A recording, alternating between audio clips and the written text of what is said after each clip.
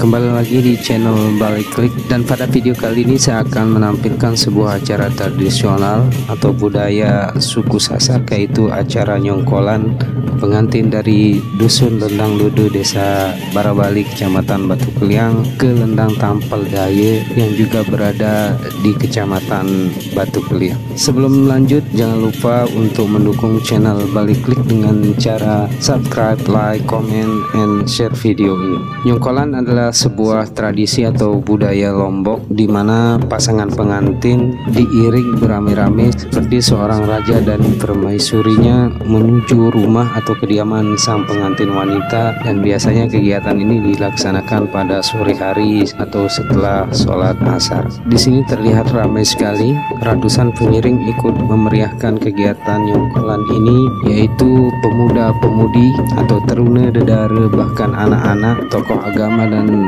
tokoh masyarakat dusun Ld.Doda dengan mengenakan pakaian adat Lombok yang sangat rapi, yaitu pegon atau biasanya disebut dengan tampat bagi pengiring pria dan menggunakan lambung bagi pengiring wanita.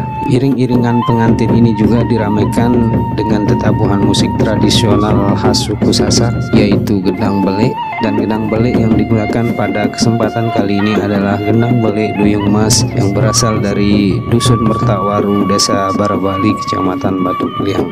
Tujuan dari Nyongkolan ini sendiri adalah agar para warga sekitar mengetahui bahwa pasangan pengantin tersebut sudah menjadi pasangan suami istri yang sah.